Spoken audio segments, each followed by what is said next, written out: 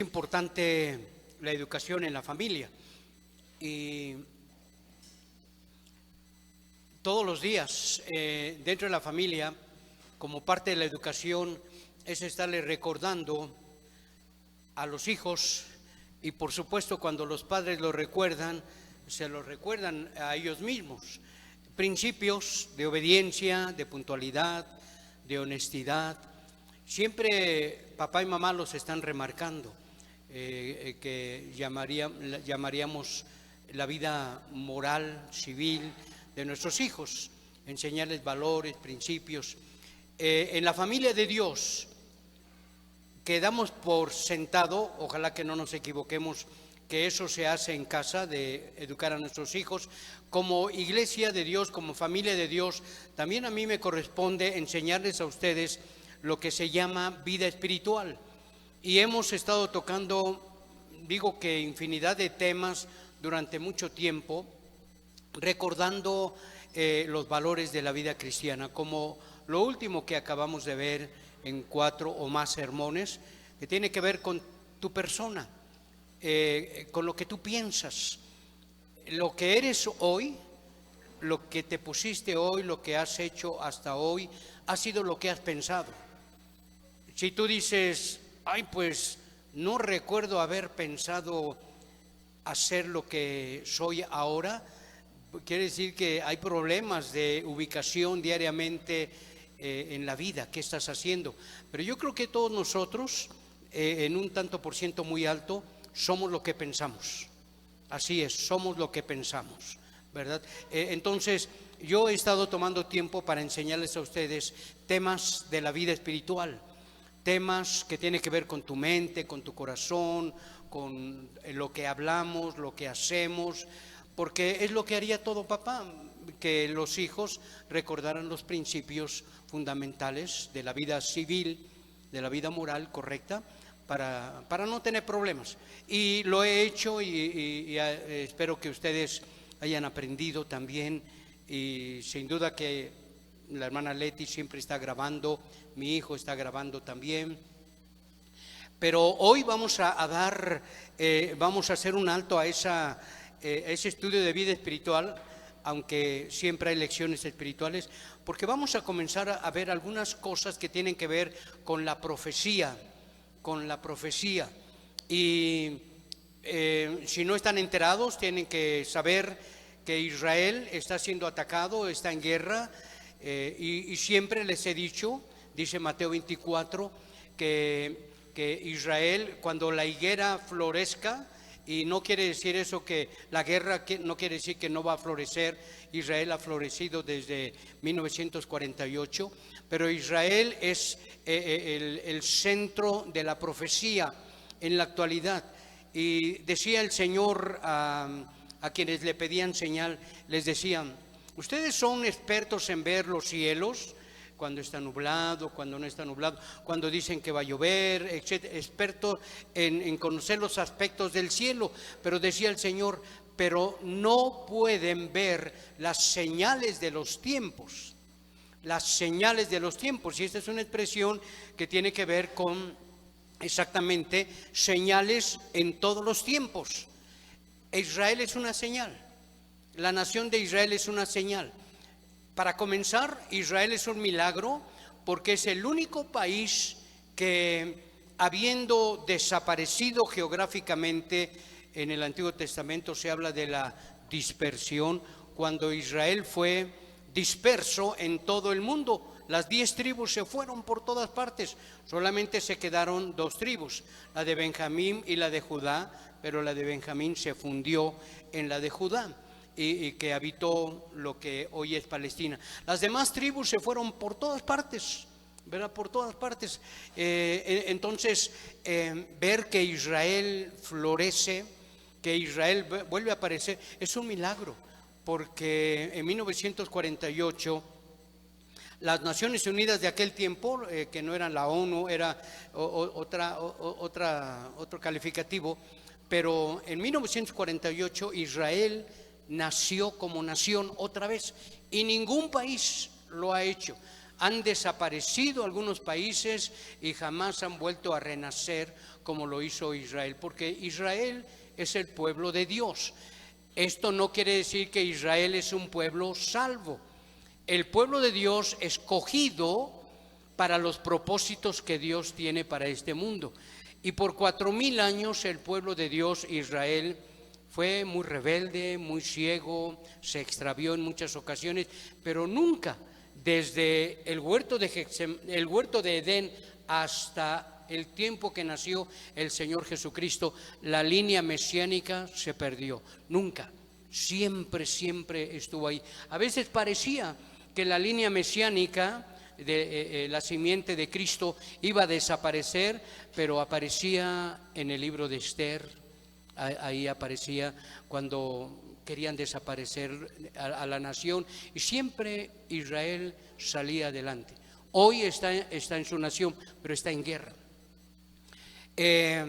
Si ustedes ponen en su mente el mapa mental, o lo pueden ver en la Biblia, Israel es una franja muy pequeña que da para el mar Mediterráneo, y en la parte sur está este país pequeño, esta región pequeña que es Hamás.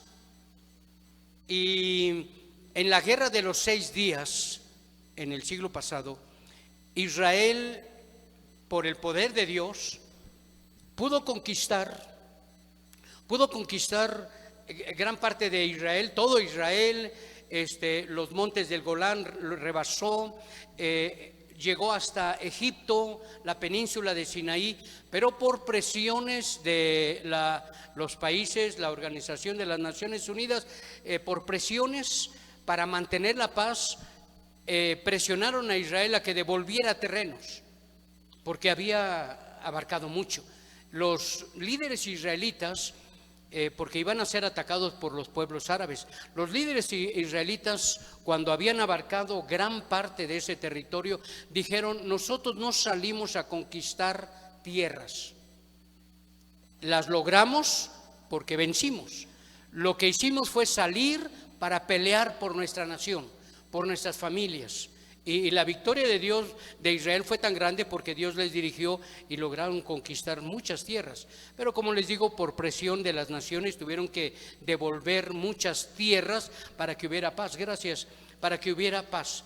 Y exactamente, parte del pueblo palestino, que siempre hay muchas controversias sobre ellos, no se quiso regresar a las partes donde están los pueblos árabes, musulmanes, sino que se quedó en la parte sur de Israel. Está Israel, el mar Mediterráneo, y en la parte sur está ese territorio muy pequeño, Hamás.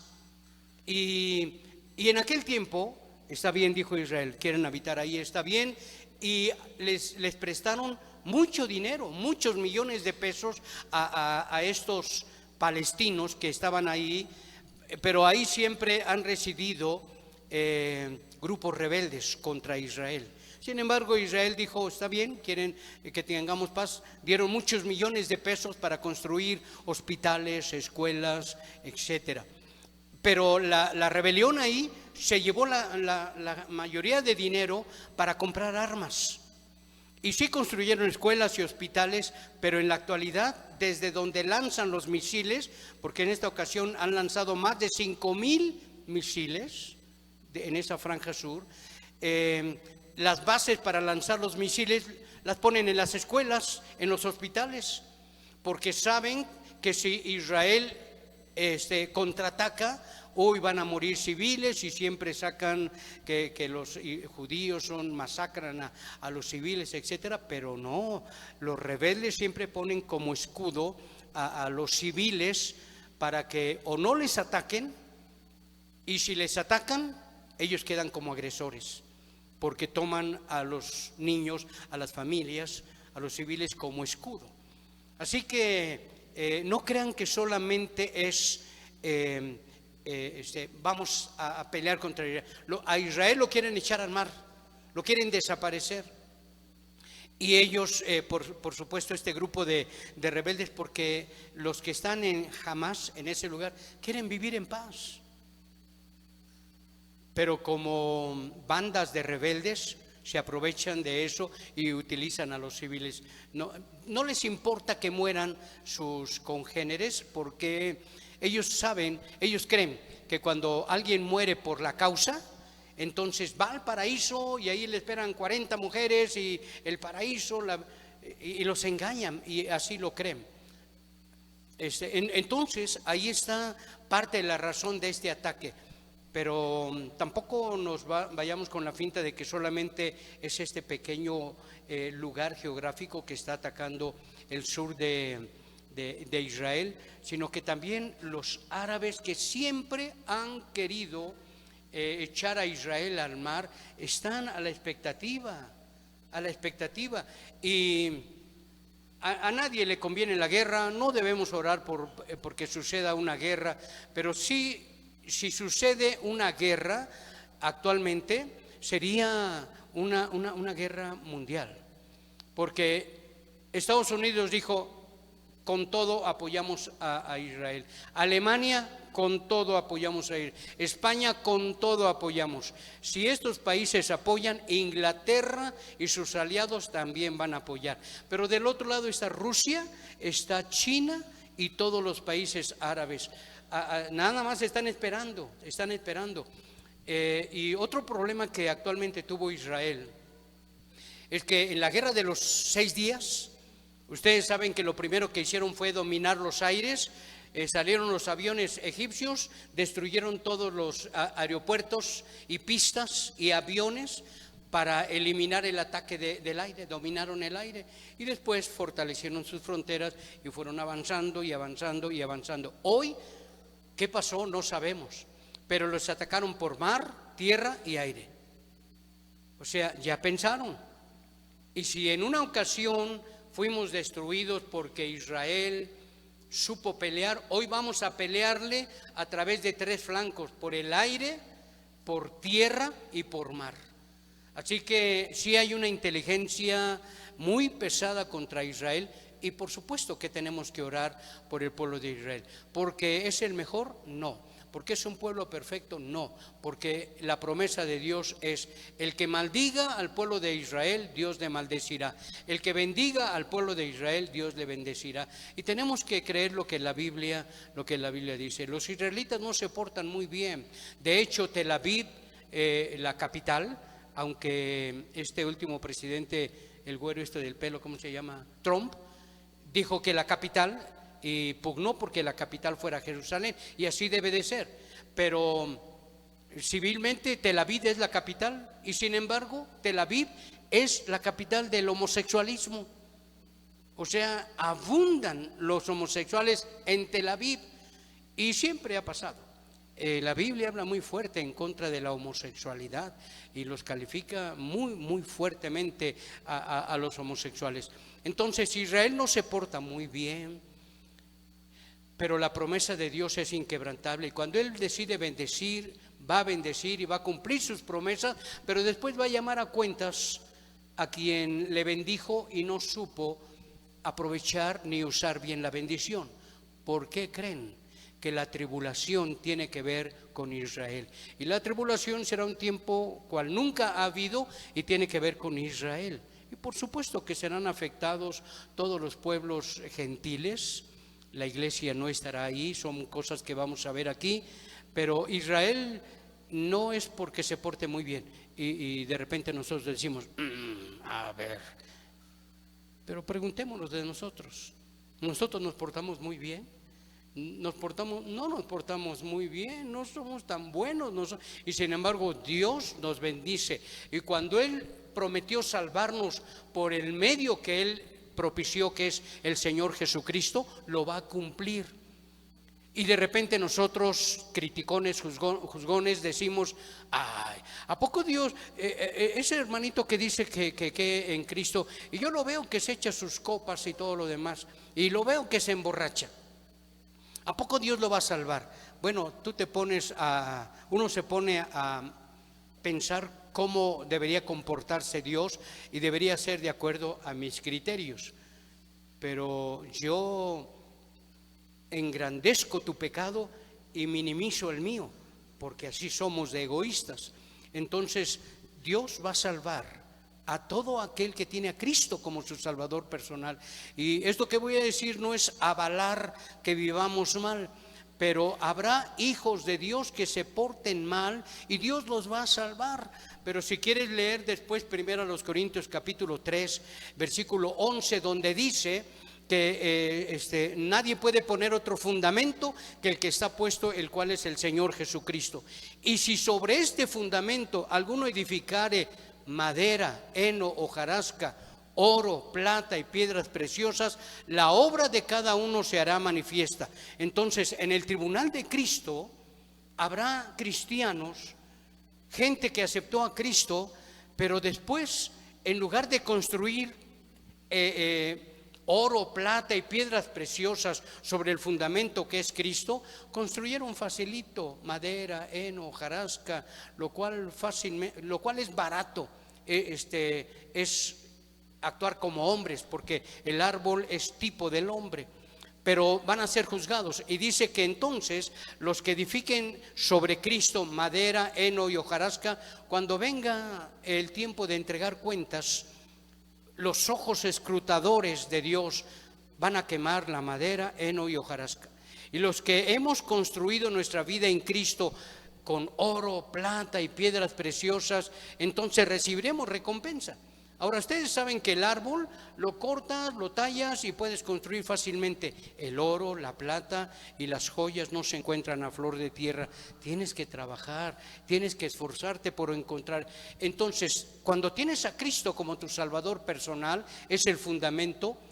Hacer de tu vida algo de valor, como el oro, como la plata, como las piedras preciosas, cuesta años, cuesta procesos, cuesta sacrificios, cuesta aprender a tener paz en el hogar. Y aunque teniendo la razón, prefieres no tener la razón, pero prefieres tener paz. Y así se construye la vida, los hogares, las familias, con esfuerzos. Y a final de cuentas, oro, plata y piedras preciosas, o sea, familias ricas porque tienen valores, porque tienen principios. Las familias que quieren construir fácilmente, y son familias que el hombre quiere seguir viviendo casi como soltero. La mujer también quiere vivir casi como soltera. Los hijos, déjalos en la guardería. Los hijos, deja que con la comadre, con la tía. No le prestamos atención al crecimiento de nuestros niños bajo nuestro cuidado. Sí los vestimos, sí les damos de comer, les damos el celular, etcétera, etcétera, pero no cuidamos su alma y su espíritu. Entonces y cuando venga el fuego de la prueba en la vida, se queman fácilmente nuestros jóvenes, nuestros niños, y pasan a ser carne de cañón, hojarasca en este mundo. En lugar de construir hogares con oro, plata, piedras preciosas, quiere decir que cuando venga la prueba a tus hijos, el fuego en el oro lo hace más, lo purifica más. La plata también, y las joyas, por supuesto. Y Dios quiere que tengamos hijos así, con valor de oro, de plata y de piedras preciosas. Que cuando venga la hora de la prueba, ellos digan: no, mi vida vale más que ese placer, mi vida vale más que ese vicio, mi vida vale más que lo que hace el mundo. No soy de la bola. Bueno, me extendí en esto porque siempre el celo nuestro tiene que ver con nuestras familias, y siempre tiene que ver contigo, papá, que eres el responsable, contigo, mamá, que eres la cuña, la que ayuda, la ayuda idónea, y con ustedes, hijos, que no deben saber no echar a perder el esfuerzo de sus papás, porque cuando los jovencitos y señoritas ya se sienten pavos reales, se olvidan que todo lo que son es debido a una mamá y a un papá que trabajaron para sostenerles. Pero no, ustedes lo pueden ver, ya son jóvenes y ya le gritan a papá, y ya le gritan a mamá, y ya se le ponen. ¿Qué quiere decir? Papá, en un momento te equivocaste y has dejado que tus hijos crezcan como madera, heno y hojarasca. Y yo les he dado muy malos consejos, dirían algunos psicólogos. Yo les he dicho: papás, tienen que enseñar a sus hijos, enseñarles que en la vida hay un poquito de hambre y un poquito de frío y un poquito de escasez, ¿Quieres levantar rebeldes en tu casa? Concédeles todo lo que quieren. Cuenta hasta 10 y cuando cuentas hasta 10 ya se te olvidó por qué estabas enojado. La disciplina es inmediata. La disciplina es enseñanza en primer lugar y después aplicar para que recuerden la enseñanza. Y bueno, en esta iglesia el celo de nosotros es la familia, pero no podemos hacer más que enseñar, porque en ocasiones cuando nos metemos, ustedes se enojan. Precisamente porque si te enojas es porque crees que tu hijo es el mejor o que no debe de, nadie más debe llamarle la atención, solamente tú. Yo siempre les he dicho, yo siempre preferí, ahorita no está mi hijo ni nada, pero yo siempre preferí pegarles a mi hijo porque sabía que el mundo pega más fuerte. Y acabo de hablar con ellos. Porque no crean que vivo aquí de gratis. Acabo de hablar con ellos, o que ellos viven aquí de gratis. Acabo de hablar con ellos y hablarles de Ronan y de Jorgito y de otras cosas más que tengo que decirle. Y le dije, hijo, acuérdate, no te me escapabas en ninguna. Cuando yo te decía que te iba a disciplinar, te disciplinaba. Y mi estrategia es, vamos al baño. Porque no se debe disciplinar públicamente. Vamos al baño. Y en el baño le digo, te lo dije en la casa. Uno, pero así. Y mi hijo siempre pegaba de gritos. Y le decía, y te callas, mijo. Hasta que se callaba. Y no sé si lo ven traumado a mi hijo. Pero yo creo que es un hombre bien, próspero, le va bien, etcétera. Pero hasta jovencito, no crean que eso fue de niño, hasta jovencitos. Tanto él como a mi hija les tocaba. Porque mientras estaban en mi casa no había democracia. Dios me puso para estorbar a mis hijos. Y yo le doy gracias a Dios por mis hijos. No son los mejores, pero me agradan y creo que la disciplina tiene su resultado. No lo eches en saco roto. Como decía esta niña de Jorge, Zaret, como decía Zaret, si lo hablas, si digo esto allá afuera se ríen de mí, hasta me meten a la cárcel por maltratar la psiquis de los niños y todo lo demás. Pero lo dice la Biblia.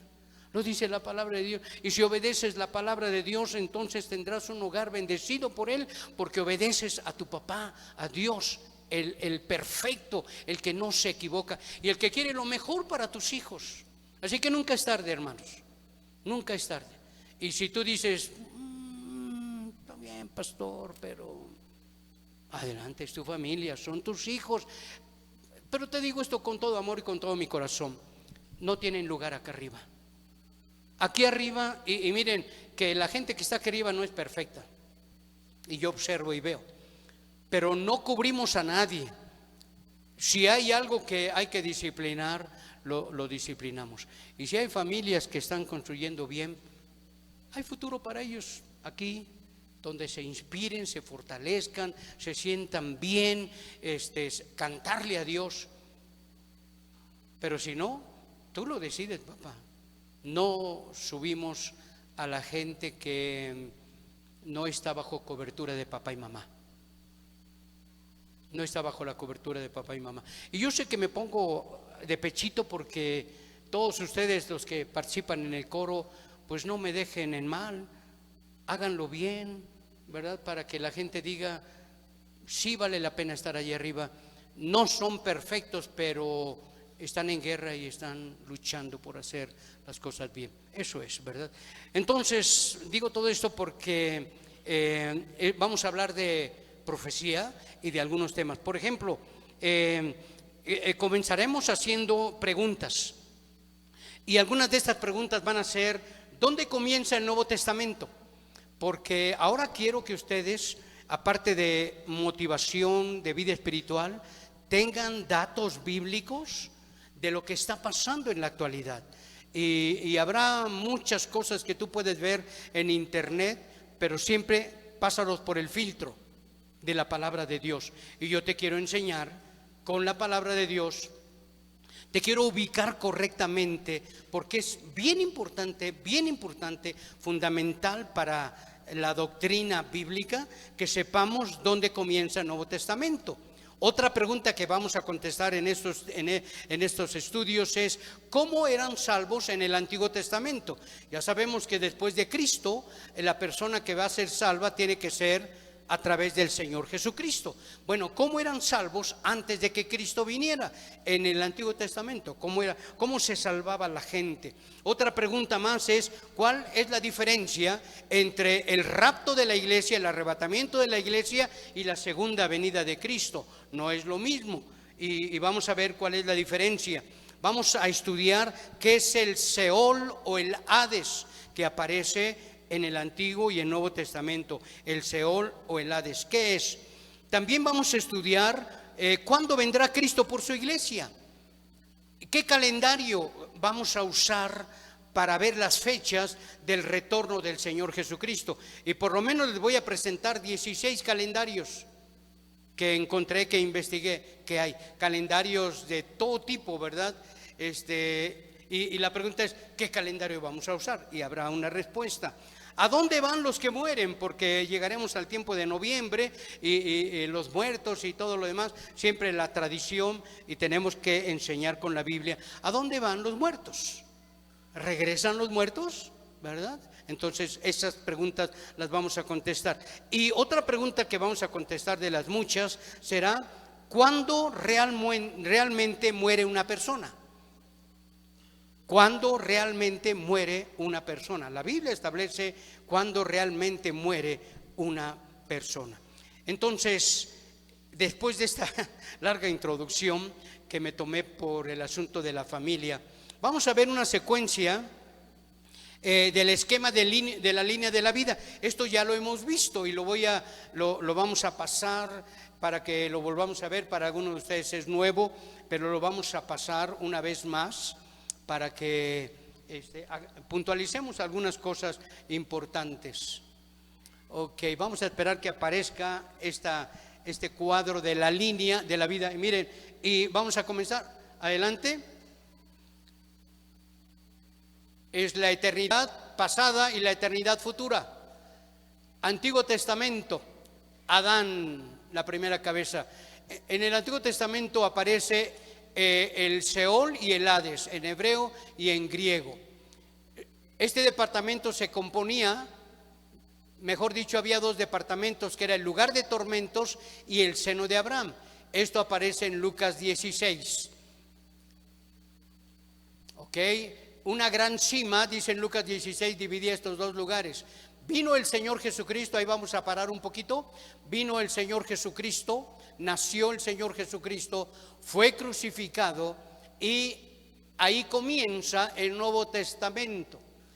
En la gráfica parecería ser que sí, cuando apareció Cristo comienza el Nuevo Testamento, pero vamos a aprender cosas que no es así. Así que adelante, por favor. El Señor Jesucristo descendió a esta tierra. Bueno, cuando murió, descendió en esos 3 días al Seol y al Hades. Adelante, por favor. Y dice la Biblia en Efesios que se llevó cautiva la cautividad. En esos 3 días, los que estaban en el seno de Abraham, descansando como Lázaro, se fueron al cielo con Cristo. Él los llevó al cielo. Y aquí se quedó el Seol solamente en el lugar de tormentos. En la actualidad, el Seol, que está en las partes más bajas de la tierra, solamente está en lugar de tormentos. Luego tenemos aquí ustedes menos lo van a ver, a los que murieron con los pecados cubiertos, porque presentaban sacrificios de corderos, de animales, etcétera, y estos que descendieron al seno de Abraham se fueron al cielo. Ahí están, ¿verdad? Cristo llevó cautiva la cautividad. Adelante, por favor. Gracias por hacerlo más amplio. Y aquí tenemos los que mueren en Cristo. los muertos en Cristo. A partir de Cristo, que Él fue crucificado, todo aquel que cree en Cristo muere en Cristo y muere con Cristo. Adelante. ¿Qué estamos esperando? Que Cristo venga, sí, adelante, el arrebatamiento, y Cristo venga en las nubes. Ese es el rapto, el arrebatamiento, y Cristo viene en las nubes. Hasta ahí, viene por los suyos, hasta ahí vamos a llegar, viene por los suyos. Cuando Él regrese a la tierra vendrá con los suyos, ya aparecerá aquí eso, pero ahorita estamos esperando nosotros el arrebatamiento. Nosotros estamos en este tiempo, aquí, 2023, ¿y qué estamos esperando? Que Cristo venga por su iglesia, lo que se llama arrebatamiento.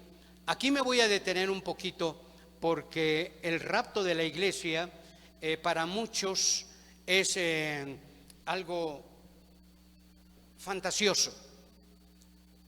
¿Cómo que van a desaparecer miles de gentes? Porque la Biblia dice que será en un abrir y cerrar de ojos. Primera los Corintios 15 que dice que será en un momento. La palabra momento en griego es átomo, o sea, en un instante de tiempo tan pequeño, así como un parpadeo. Así dice, en un abrir y cerrar de ojos. Quiere decir que en un pestañear, Cristo puede venir, así de veloz. Y se cumple, hay mucha congruencia con lo que dice la Biblia, porque viene Cristo, que es la luz del mundo, y luego nos dice, vosotros sois la luz del mundo, y la luz viaja a la velocidad de 300,000 kilómetros por segundo. Tú puedes parpadear y ya, la luz ya cruzó. 300,000 kilómetros por segundo. Cuando Cristo venga por su iglesia, será así como dice, un arrebatamiento. No será una toma donde se lo va llevando, no es así. Dice la Biblia, seremos arrebatados, así, violentamente, por decirlo así. Y yo quisiera que vieran este video, que algunos tal vez ya lo han visto en YouTube, pero ilustra de alguna manera el retorno del Señor Jesucristo. Y yo creo que el Señor Jesucristo, esto lo pueden tirar a la basura, esto es mío. Yo creo que el Señor Jesucristo viene en un día domingo. Cuando Él resucitó, los judíos esperaban que viniera en sábado, pero no resucitó en sábado, resucitó en domingo. Y en domingo se presentó con sus discípulos, después de que resucitó varias veces el primer día de la semana. Yo personalmente creo que Cristo va a venir un domingo, porque si viene un lunes, un martes, pues algunos estaremos durmiendo, otros trabajando, descansando, y otros ayudando al que descansa, ¿no? En la semana puede ser así, pero yo creo que Cristo va a venir en día domingo, porque donde están 2 o 3 congregados en su nombre, Él está allí en medio de ellos. Y Él ha acostumbrado llegar con el pueblo el día domingo, el primer día de la semana, para que no tengas excusa cuando Cristo venga. Pero si tengo la razón y Cristo viene en domingo, y tú acostumbras no venir el domingo, y no soy el inventor de esto, porque Hebreos 10:25 dice, no dejando de congregarnos como algunos tienen por costumbre, ya se les hace costumbre faltar fácilmente. Tomás, cuando Cristo se presentó después de resucitado a sus discípulos, no estaba Tomás. Y cuando regresó Tomás le dijeron, Cristo vino, y él dijo, no, yo no voy a creer hasta que toque yo las heridas de sus manos y su costado. Tomás. Y la siguiente semana, cuando Cristo vino, el primer día, ahí estaba Tomás, y le dijo, toca lo que tú pediste, aquí estoy, mira que no soy un espíritu, ¿verdad? Precisamente porque un espíritu no tiene carne ni huesos, como veis que yo tengo. Y le dijo, Tomás, no seas incrédulo, no seas incrédulo. Así que muchos se pierden la bendición de Dios el día domingo, y tú no sé cómo calificas la bendición de Dios de venir el día domingo a escuchar la palabra de Dios, pero muchos se la pierden así tan fácil, lo cambian por cualquier cosa, y no hay cosa más importante que reunirte con papá, y nada menos estoy hablando de papá, el Dios del universo, el Rey de Reyes, el Señor de Señores, el que puede hacer lo imposible que tú no puedes hacer. Pero perdemos de vista esa reunión fabulosa con nuestro papá, porque inventamos nuestras soluciones nosotros, ¿verdad?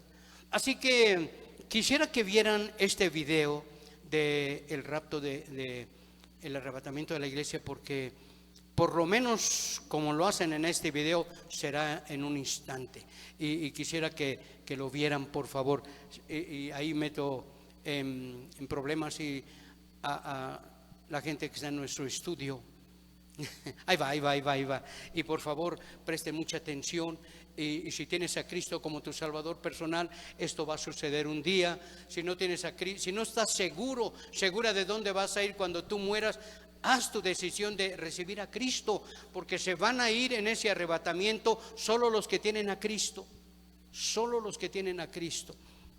Y ahora, ahí viene.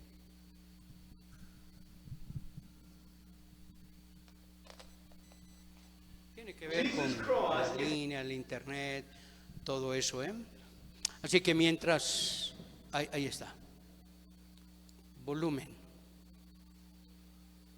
Coming back for his church. The Bible says in Matthew chapter 24 verse 42, watch therefore, for you do not know the hour your Lord is coming. I want you to know, church, that Jesus Christ could come this month, or he might come next week, or he could even come.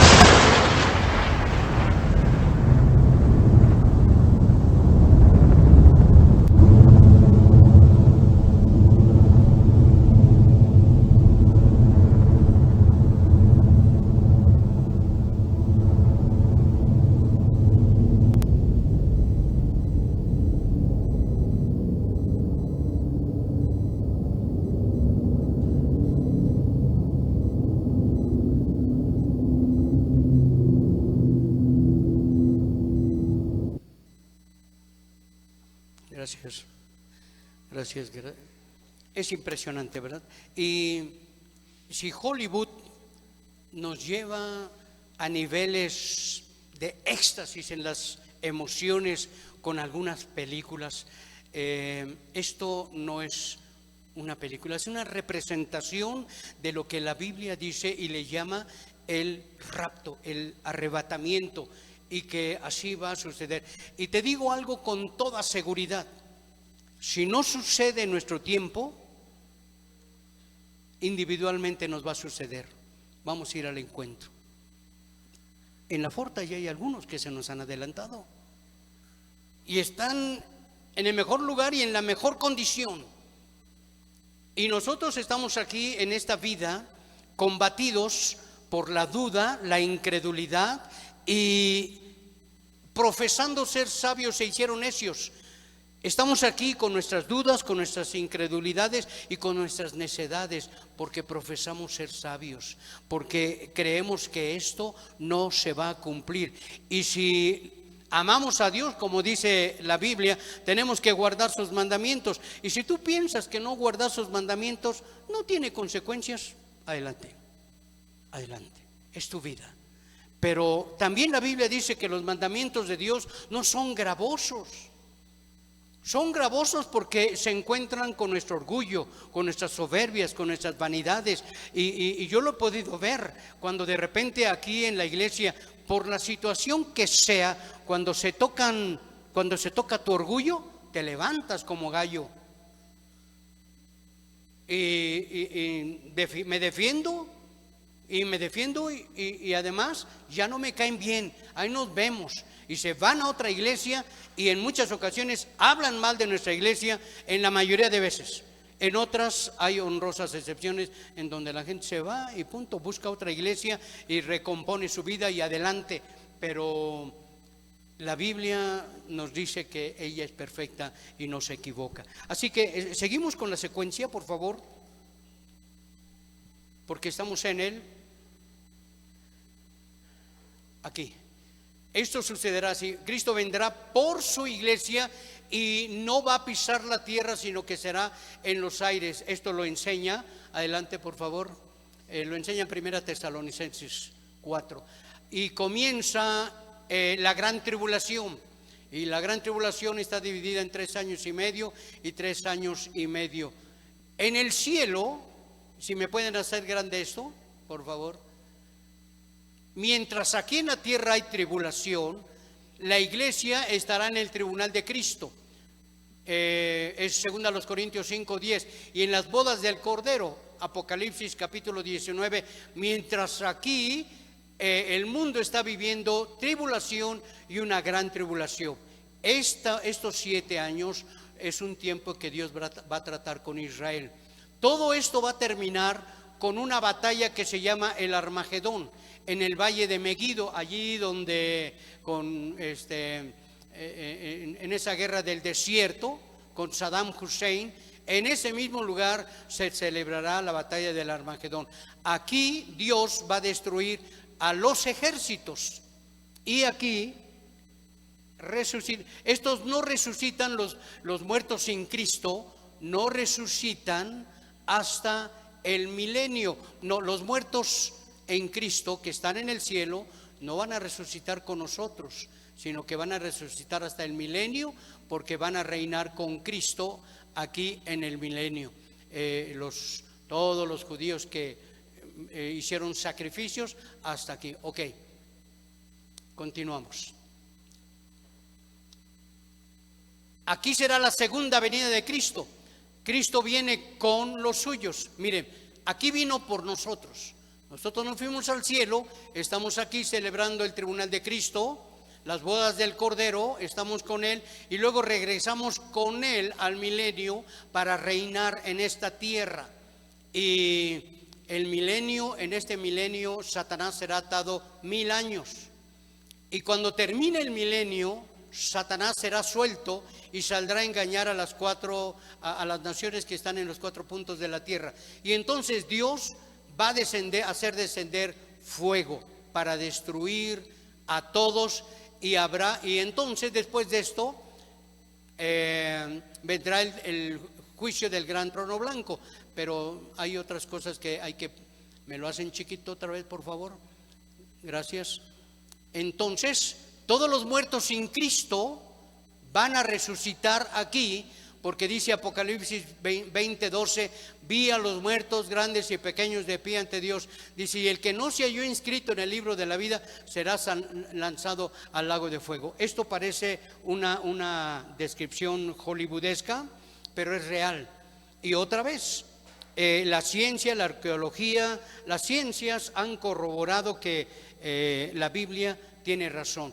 Ahora, yo recibí en los años 80, casi 90, una copia fotostática de lo que sucedió en Rusia y hablaban de los sonidos del infierno.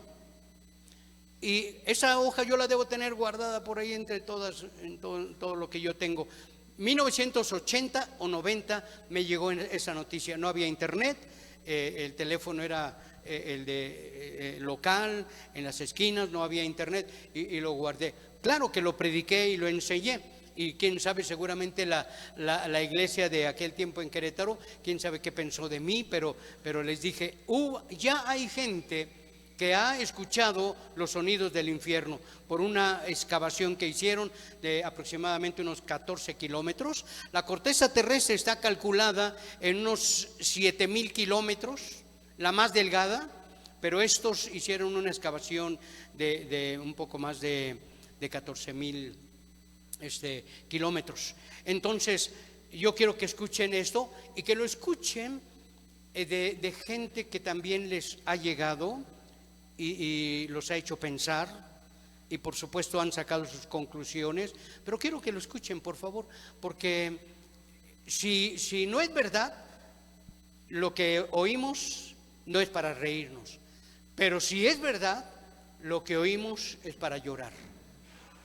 Es para llorar porque ahí ¿Cómo presentar esto? Yo creo con los sonidos nuestros, amigos nuestros, papás, mamás, seres queridos, tenemos que activarnos en el asunto de evangelizar, de hablar de Cristo.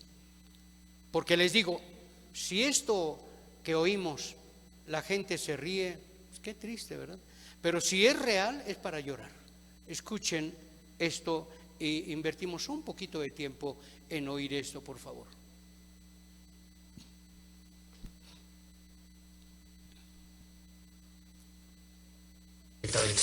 Se cuenta que quizá hacia los años 80, a principios, un equipo de expedicionarios soviéticos, penetrando en lo más hondo de la Tierra, se encontraron con unos sonidos que no esperaban. Para muchos estos son los sonidos del infierno. Estén atentos, por favor.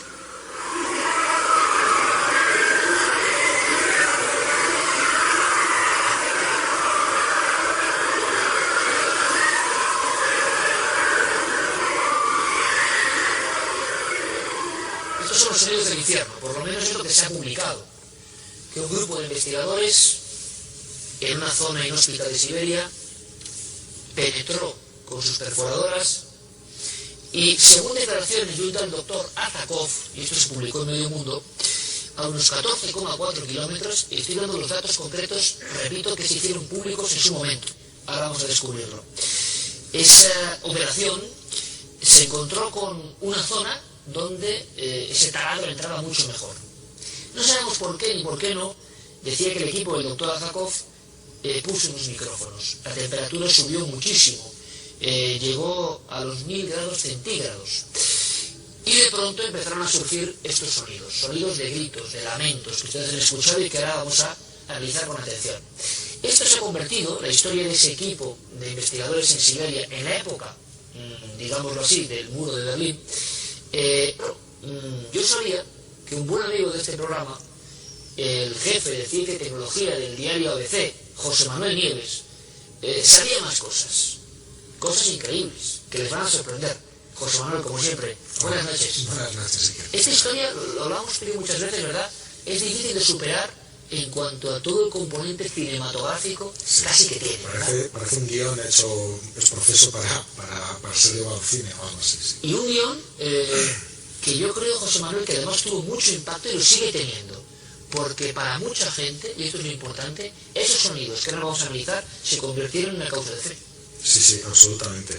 Lo que pasa es que, como pasa con todas las cosas, ten en cuenta que estos sonidos fueron grabados hace casi 40 años. El experimento científico, o el trabajo científico al que hacías referencia, es real. Claro, esa es la primera, que yo creo que ya me quedé aquí diciendo, ¿cómo, José Manuel, que no es leyenda urbana, que no se lo han inventado los tipos? No, lo que es real y forma parte de un proyecto ambiciosísimo que se hizo en la antigua Unión Soviética.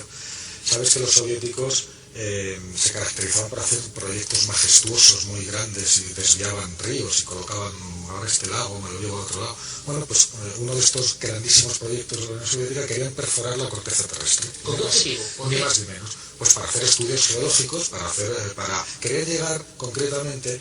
La corteza terrestre es una capa muy delgadita, pero que tiene entre 35 y 70 kilómetros de espesor según las zonas del mundo, ¿no?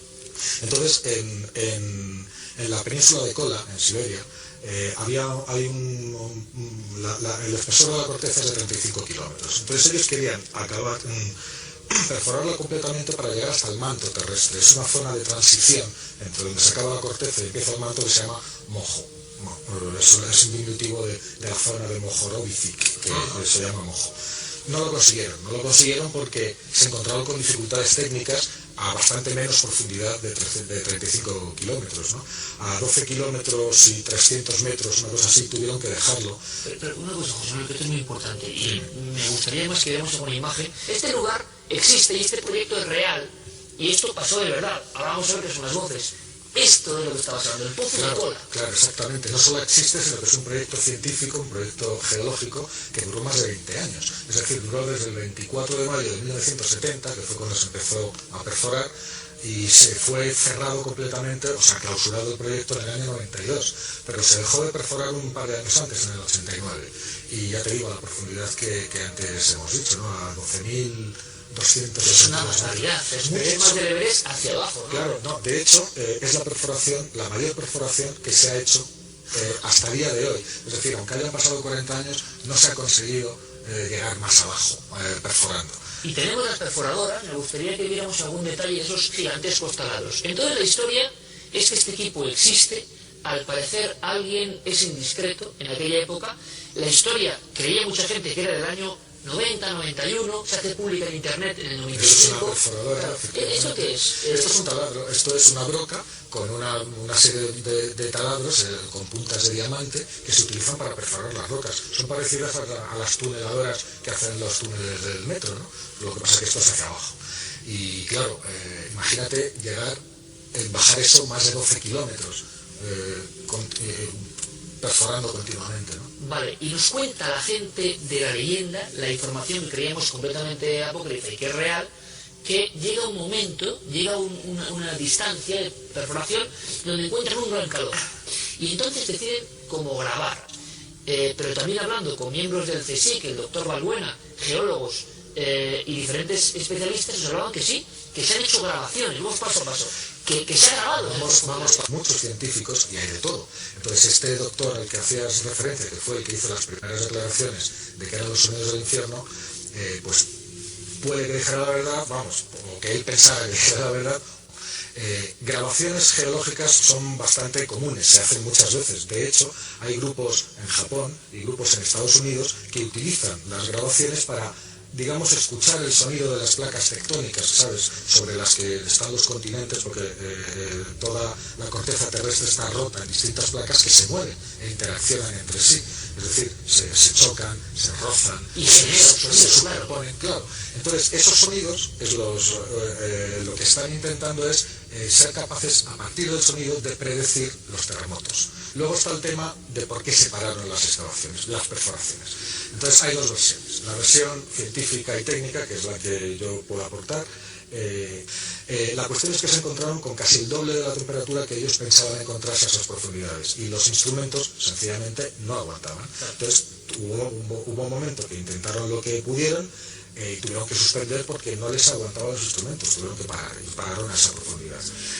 Y luego surge la leyenda, ¿no? Y luego está la leyenda. Entonces, según la leyenda, que además fue difundida por algunos de los geólogos, como este doctor que tú citabas antes, dijeron que no, que el motivo no había sido ese, que no había sido un motivo técnico, y no es más que el proyecto original de la Unión Soviética no era perforar la corteza terrestre, como de hecho era, sino buscar el infierno, o sea, encontrar una prueba imagínate a los soviéticos buscando el infierno. Bueno, pues se llegó a decir incluso eso, ¿no? Y que no solamente lo habían intentado, sino que lo habían conseguido. Vamos a volver a escuchar esto, y quizá incluso José Manuel, si he tenido ocasión de escuchar algún otro sonido geológico, digamos, eso es lo que te voy a comentar. y tiene un cierto parecido en algunos aspectos, no hay dos puntos iguales, pero lo que yo he oído otras veces son, pues imagínate, chirridos, que pueden ser muy bien la explicación lógica de estos gritos.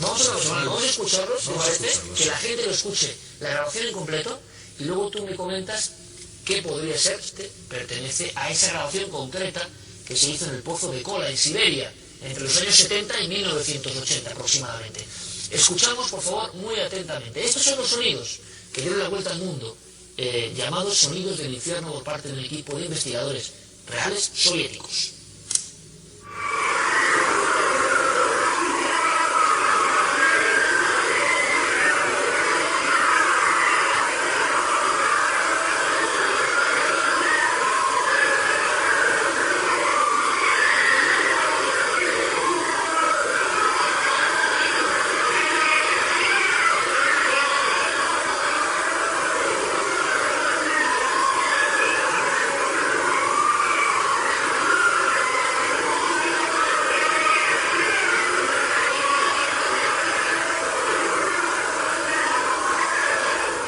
Yo creo que hay una cosa que está clara. Tú y yo que somos periodistas, tú periodista científico y siempre riguroso y desde hace muchísimos años, esto puede ser lo que sea, pero desde luego que impresiona y que está hecho, o bien porque fue real, o quien lo hizo intentando dejar una leyenda, sabía tocar la fibra. Tú lo puedes buscar en internet y terminar de oír toda la información, pero les vuelvo a decir, yo recibí esa copia en los años 80, y todo eso después se divulgó por todo el mundo y por gente que ha estudiado esto. Pero la Biblia habla y dice que el infierno, el lago que arde con fuego y azufre, será un lugar donde será el lloro, llanto y el crujir de dientes, porque es un lago que arde con fuego y azufre. Ay, inmediatamente pensamos en qué cruel es Dios, ¿verdad? Entonces, pero Él puso el medio para escapar del infierno, que es creer en el Señor Jesucristo. Simplemente creer en el Señor Jesucristo. La iglesia se trata de un grupo que quiere crecer en Cristo, aprender de Cristo. Porque Hechos 17:30 me parece, dice que Dios manda a todos los hombres en todo lugar que se arrepientan. Ir al cielo tiene que ver con tener a Cristo como tu Salvador personal. Conocer de Cristo quiere decir acercarte a una iglesia para que aprendas de Cristo. Pero ir al cielo tiene que ver con creer en Cristo como tu Salvador personal. Pero es 100%. Ayer les enseñé algo acerca de los fundadores de sectas, ¿verdad? Y todos los fundadores de sectas son hombres con un pasado terrible. Pero el fundador del cristianismo es Cristo, el cual no tiene ningún pecado. Bueno, ¿por qué la tendencia del hombre es juntarse con el malo y no con el bueno? Aprender del malo y no del bueno. El bueno es el Señor Jesucristo. No hace daño al mundo el Señor Jesucristo. Sin embargo, todos los otros fundadores de todas las sectas y otras religiones siempre han tenido su pasado que han afectado al mundo de muchas maneras. Al mundo infantil, estoy hablando de pederastia, estoy hablando de abusos de mujeres, etcétera, etcétera.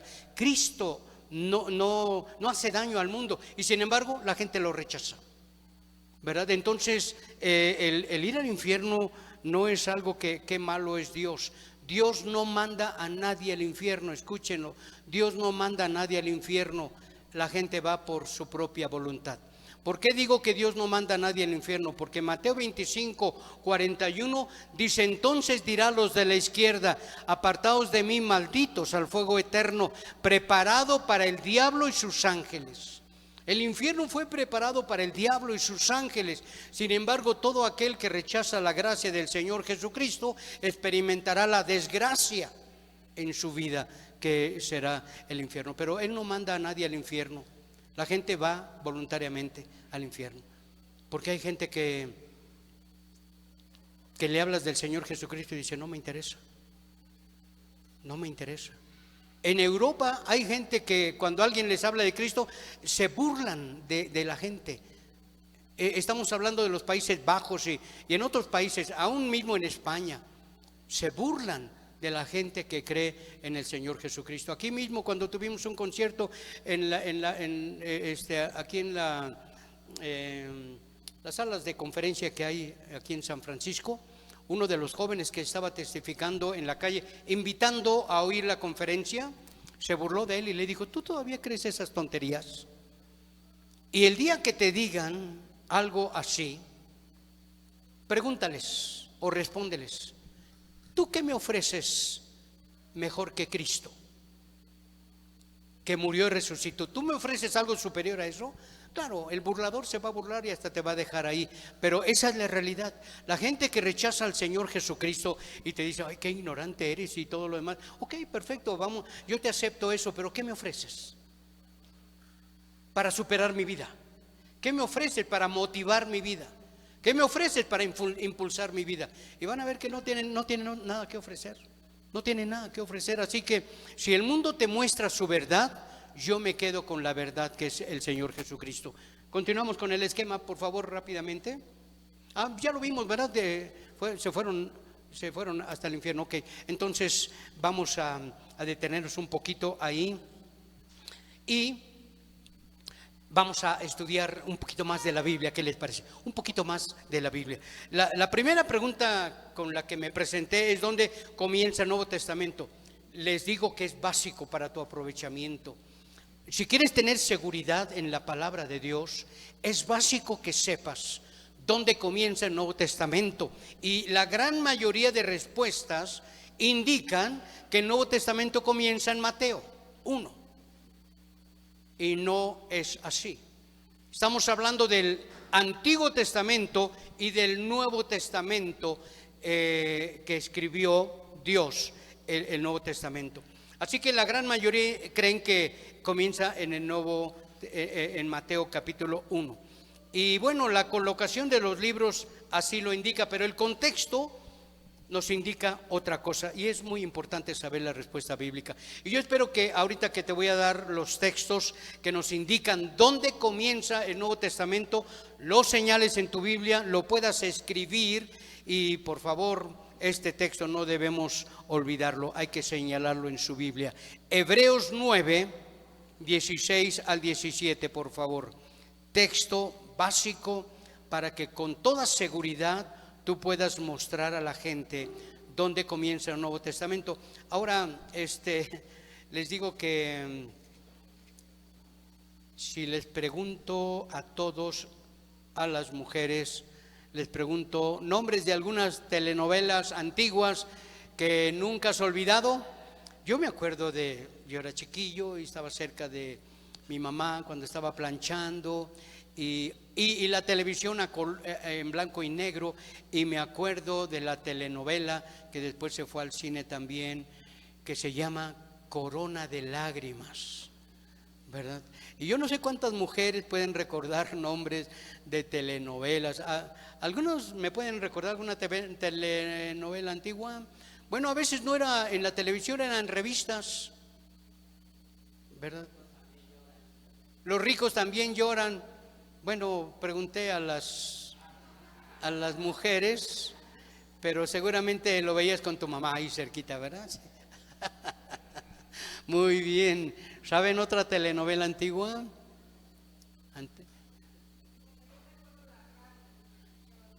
La radio. Una flor, Alicia. Así era, ¿verdad, hermana? Yo también la oía con mi mamita ahí, una flor en el pantano, y era Alicia. También oía al ladrón de la luz roja, algo así, Gary Chessman. Y es que la radio nos hacía vivir con los tonos y todo lo que decían. Bueno, utilicé esta tontería mía para decirles, no olviden Hebreos 9, 16 al 17. Anótenlo y no lo olviden, que dentro de un año puedan ustedes decir la cita, Hebreos 9, 16 y 17. Dentro de 5 años, Hebreos 9, 16 y 17. Miren qué dice, porque este texto revoluciona el estudio del Nuevo Testamento. Dice así, Hebreos 9, versículos 16 y 17. Dice, porque donde hay testamento, es necesario que intervenga muerte del testador. Porque el testamento con la muerte se confirma, pues no es válido entre tanto que el testador vive. Lo vuelvo a leer para que tú te coloques en los 4 evangelios. Dice así, porque donde hay testamento es necesario que intervenga muerte del testador. Claro, para que el testamento entre en vigor necesitas morir, ¿verdad? Necesita morir el testador para que las familias estén listas para ir por la herencia, ¿no? Por el testamento. Dice así, 17, porque el testamento con la muerte se confirma, pues no es válido en tanto que el testador vive. Así que el Señor Jesucristo vivió, y hay 4 narraciones, Mateo, Marcos, Lucas y Juan, de un solo evangelio. Así que mientras Cristo vivía, el testamento, aunque ya estuviera escrito, no es válido hasta que aparezca la muerte del testador. Es cuando el testamento entra en vigor. Entonces, cada uno de nosotros tiene que estar seguro que el Nuevo Testamento no comienza en Mateo 1, sino que comienza con la muerte del testador, o sea, en los últimos capítulos de cada evangelio. Cuando Cristo está crucificado y cuando Él dice consumado es, cuando dice que entregó el Espíritu, etcétera, el Nuevo Testamento comienza con la muerte del Señor Jesucristo. Y a partir de ahí, todo tiene que ver con una dispensación totalmente diferente. Y hay quienes están en contra de las dispensaciones, pero porque no han tenido un estudio serio de cómo Dios, una dispensación es un periodo de tiempo donde Dios trata con la humanidad de diferente manera. Una dispensación es un tiempo de administración en donde Dios trata con el hombre de diferente manera. Y te doy rápidamente un ejemplo. Cuando Adán pecó, lo echó del huerto y lo trató de manera diferente. En el huerto de Getsemaní Dios lo trataba de una manera tan bondadosa, tan benéfica, y cuando el hombre peca, Dios lo echa del huerto y ahora comienza otro trato, que es un trato diferente. Y nosotros somos así. Cuando los hijos están bien, tenemos un trato muy padre con ellos. Cuando los hijos fallan, cambia el trato. Pues esa cualidad de nosotros no es menor en Dios. Al contrario, es bien radical y bien directa. Así que el testamento, aunque estuviera escrito, no es válido hasta que el testador muere. Eso dice la Biblia. Ok, ahora te voy a mostrar un texto donde nos va a ubicar correctamente, y si podemos buscar las 7 dispensaciones, está bien, por favor, ahí. Un texto donde puedes darte cuenta que Cristo nació bajo la ley. Gálatas 4:4, por favor. Estamos hablando de algunos tecnicismos que son súper importantes para que tú estés preparado, para que cuando leas la Biblia sepas en qué periodo te encuentras. Gálatas 4:4, por favor.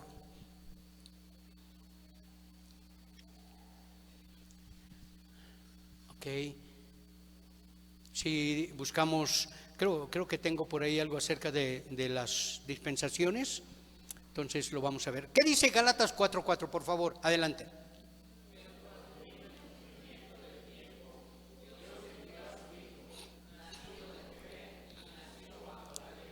Ok, pero cuando vino el cumplimiento del tiempo, Dios tiene tiempos que se cumplen.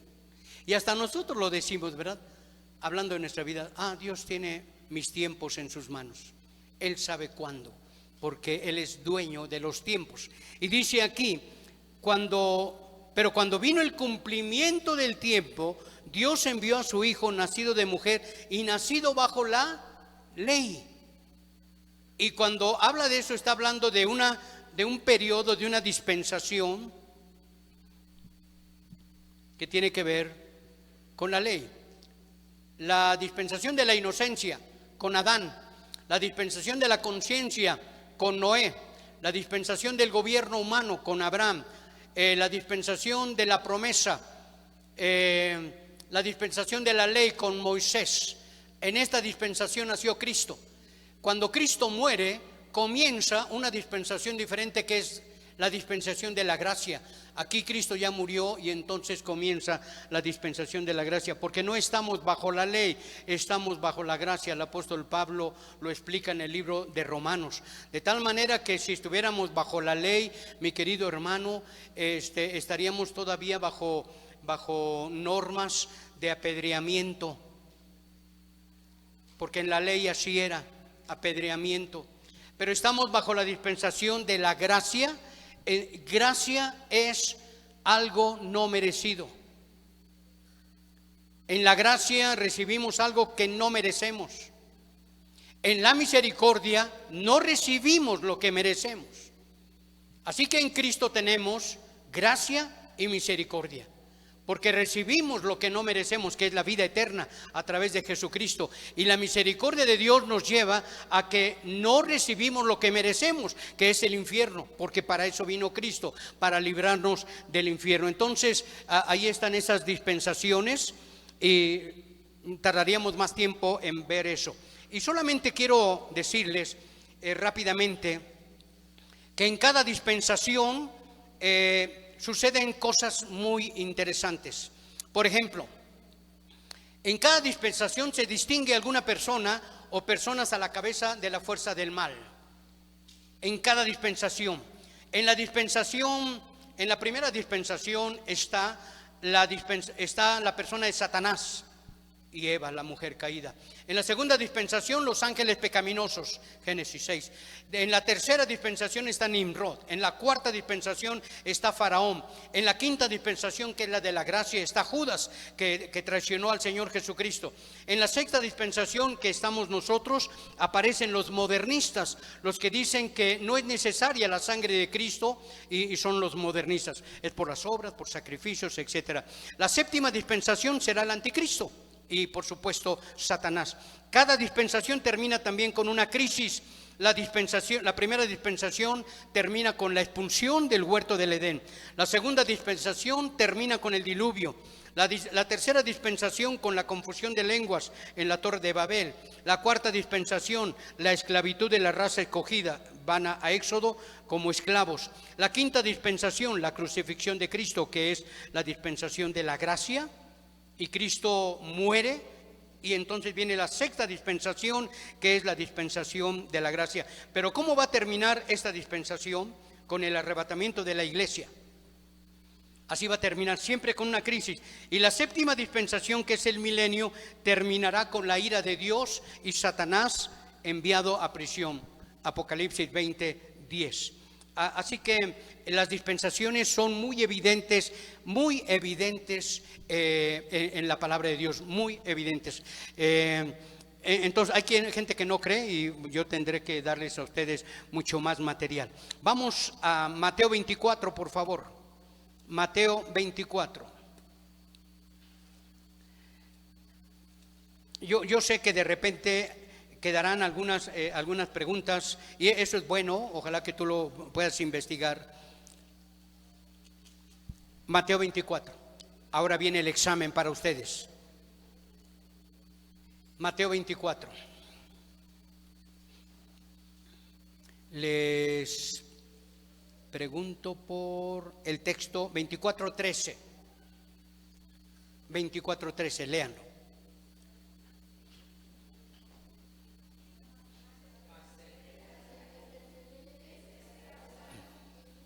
Ok, encuéntrenlo y léanlo juntos. Adelante. Mas el que persevere hasta el fin, este será salvo. A estas alturas, según el cuadro que les presenté de las 7 dispensaciones, este pasaje, ¿bajo qué dispensación está? ¿Oigo? Está bajo la ley, pero díganlo con confianza, hermanos. Está bajo la ley porque así lo vimos. El testamento es válido hasta la muerte de Cristo. A estas alturas Cristo está hablando, no estaba muerto. Él nació bajo la ley. Así que esto que estamos leyendo está bajo la ley. Tiene que ver con los judíos. La iglesia no aparece en Mateo 24, no aparece en los evangelios capítulo 1 hasta antes de la muerte de Cristo. Sí se refiere a ella, pero no aparece como aparece en Romanos, Gálatas, Efesios, etcétera, etcétera. No aparece. Así que me interesa que ustedes puedan saber que lo que vamos a leer, lo que voy a leer ahorita, está bajo la ley y es para los judíos. Claro que en el estudio bíblico hay una regla que habla de la regla de las 3 aplicaciones. La Biblia tiene historia, doctrina, enseñanza y aplicación personal. 3 aplicaciones, toda la Biblia. Así que históricamente esto tiene que ver con los judíos. Doctrinalmente tiene una enseñanza para todo el mundo. Y devocionalmente, algunos de estos pasajes tienen que ver contigo y conmigo, personalmente. Entonces, algo que les voy a leer rápidamente, tiene que ver con la tribulación. ¿Y por qué comenzamos hablando de Israel? Bueno, Israel es el eje de la profecía, y cuando Dios comience a trabajar más directamente con Israel, es una señal de que el rapto, el arrebatamiento está cerca. Oye, no podemos poner fechas. Cristo dijo, ni del día ni de la hora nadie sabe, sino mi Padre. Pero les doy buenas noticias. Sí podemos saber cuándo viene por las señales de los tiempos. Y las señales de los tiempos tienen que ver con Israel. Hoy Israel está moviéndose. En el rompecabezas profético se está moviendo. Y entonces habrá otras piezas que se van a comenzar a acomodar. Pero nunca Dios está esperando que la iglesia pase por la tribulación. Porque por eso Él vino a vivir nuestra tribulación. Él vivió el infierno por nosotros. No solamente el sufrimiento físico que tuvo, sino el infierno será increíblemente difícil, no solamente por el sufrimiento físico, sino porque Dios no está ahí. Y ahí es donde el Señor Jesucristo vivió nuestro infierno, en la cruz del Calvario, cargando mis pecados, tus pecados. Él dijo, Dios mío, ¿por qué me has abandonado? El infierno es el infierno porque aparte de los sufrimientos físicos, no estará Dios, literalmente. Algunos de nosotros en problemas difíciles pensamos, Dios, ¿dónde estás? Ahí está Dios, contigo, esperando que uses los recursos que Dios te dio. Dice la Biblia, echa mano de la vida eterna. Pero para Israel tendrá un trato diferente. Así que pon actitud correcta ante lo que vamos a leer, sabiendo que lo que enseñamos te está diciendo que esto es bajo la ley. Bajo la gracia comienza después de la muerte del Señor Jesucristo con muy buenas noticias, Pero por favor pongan su vista en Mateo 24. Y aunque algunos de ustedes después de que yo termine digan, ay, quedó incompleto, esto no lo entendí, espérense tantito. Inclusive si tienen preguntas, me escriben sus preguntas, me las entregan y en su momento responderé la pregunta con la palabra de Dios. Si tienen preguntas, si quieres poner tu nombre, puedes poner tu nombre. Si no lo quieres poner, no lo pongas. Pero pon por favor la pregunta clara. Así que me permito leer y espero que ustedes pongan sus sentidos en esto. Mateo 24. Cuando Jesús salió del templo y se iba, se acercaron sus discípulos para mostrarle los edificios del templo. Fíjense, ¿por qué la Biblia es tan explícita y dice cuando Jesús salió del templo y se iba? Estamos hablando de que Israel tenía su templo, algo maravilloso para los israelitas, es lo más importante. Ahora, ¿por qué se visten de negro? Están de lutos porque no tienen templo y esperan un día tener su templo, ¿verdad? Pero dice que Jesús salió del templo y se iba. Entonces los discípulos, como muchos pastores en la actualidad y en tiempos pasados, que construyen catedrales, le dicen, se acercaron sus discípulos para mostrarle los edificios del templo. O sea, imagínense a Jesús, se sale del templo, va caminando y de repente los discípulos están aquí, le dicen, Señor, pero ¿no has visto? ¿No te has dado cuenta? Y comienzan a enseñarle, dice aquí, comienzan a enseñarle los edificios del templo, que eran obras de arte. Había oro, eran muy bonitos. Respondiendo, él les dijo, ¿veis todo esto? De cierto os digo que no quedará aquí piedra sobre piedra que no sea derribada. Pues, ¿qué traes, Jesús? Está macizo, mira, esto es lo que Dios, tu Padre, nos ha permitido construir. Pero Dios no nos ha mandado construir templos de tierra, catedrales.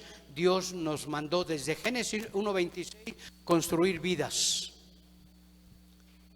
Dice en Génesis 1:26, y dijo Dios, hagamos al hombre. La tarea de toda familia es levantar hombres, mujeres.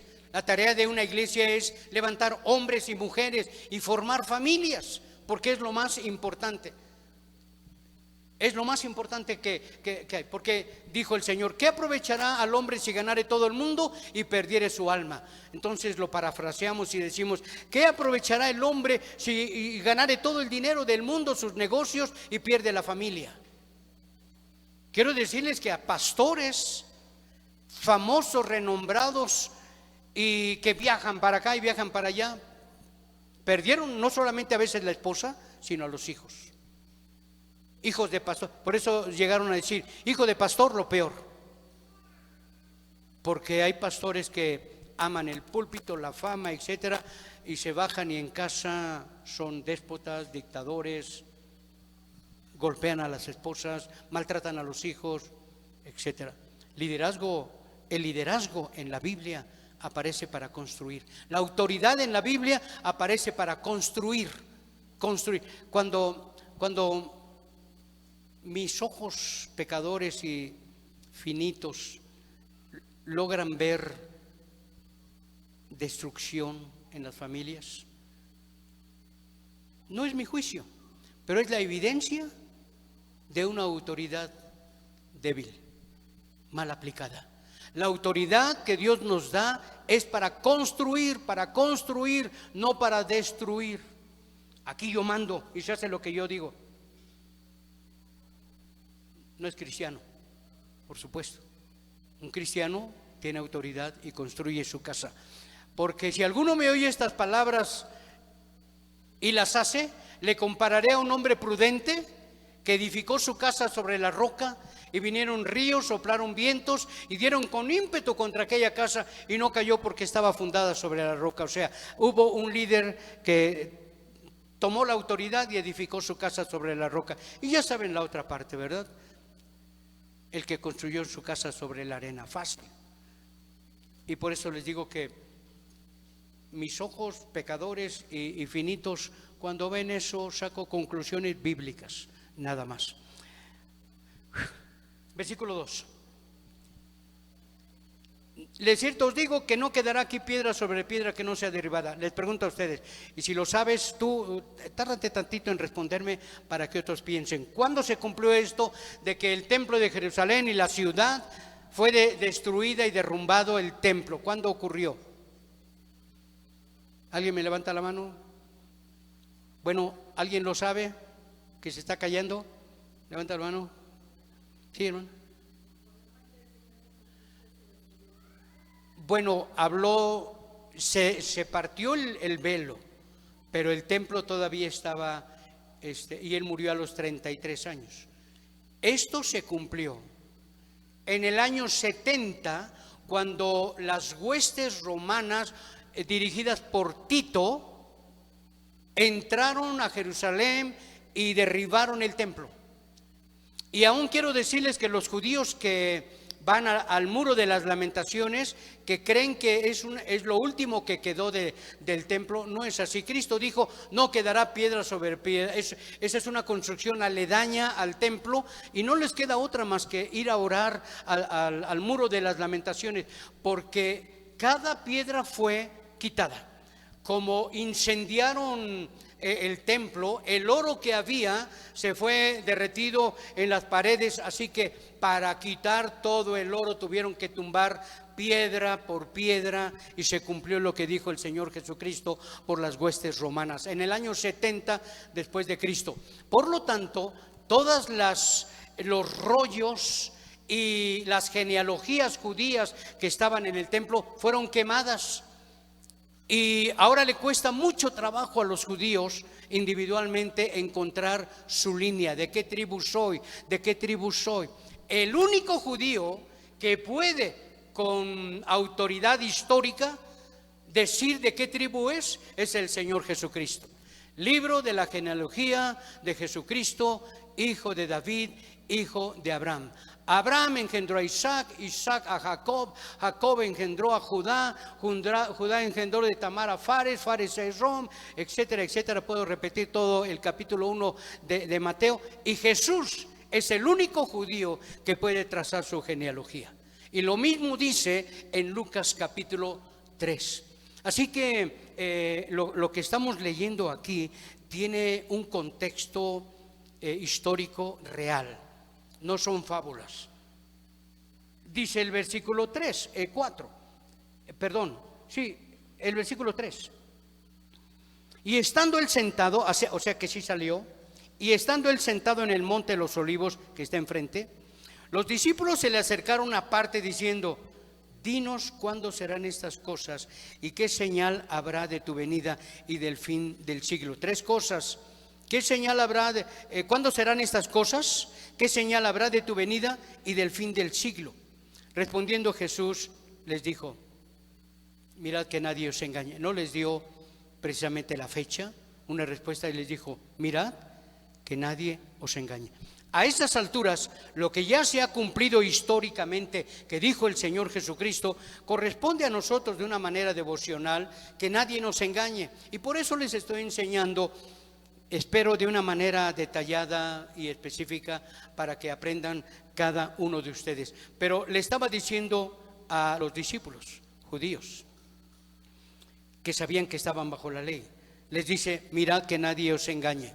Porque Jesús sabía que el pueblo de Israel iba a ser engañado. Iba a ser engañado.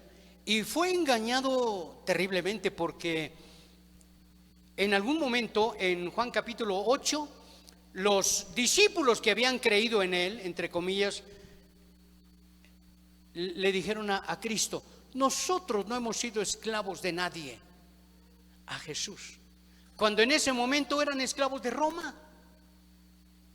Pero qué fácil es faltarle el respeto a Jesús. Qué fácil es mentirle a Jesús. Y estos discípulos, estos que habían creído en él, le dijeron: nosotros nunca hemos sido esclavos de nadie. Cuando fueron esclavos en Egipto, fueron esclavos en Babilonia, fueron esclavos por Asiria, y por último fueron esclavos de Roma. Cuando alguien rechaza a Cristo, entra en las tinieblas. Es fácil que mienta cuando alguien rechaza a Cristo.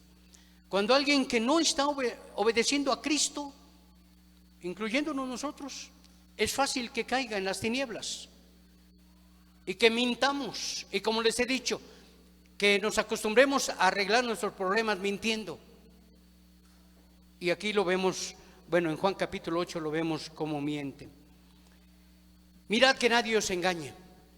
Mirad que nadie os engañe. Esto es evolutivo, porque que nadie te engañe puede ser, cuando estás bien preparado y bien informado, que nadie te engañe. Pero Gálatas 6 dice: no os engañéis, Dios no puede ser burlado. O sea, que alguien te engañe, pues puede ser porque fue muy bueno, mucha labia y te espejeó, ¿verdad? Y te engañó. A mí me estafaron ya hace tiempo, ya no lo van a lograr, pero me estafaron 2,000 pesos por teléfono por un primo que chocó en la carretera y hablaba igualito que él. Y lo sigo recordando y me sigue dando coraje, ¿verdad? Y por eso ahora no contesto las llamadas que no están identificadas. Pero que te engañen es posible, aunque dice el Señor: nadie os engañe. Pero que te engañes tú mismo, cuando dice: no os engañéis. Dios no puede ser burlado, pues todo lo que el hombre sembrar, eso también segará. Eso implica mi mente y mi corazón. No va a pasar nada, nadie me está mirando. No me digas que no ha pasado por tu mente. Todos, no hay hombre que no peque.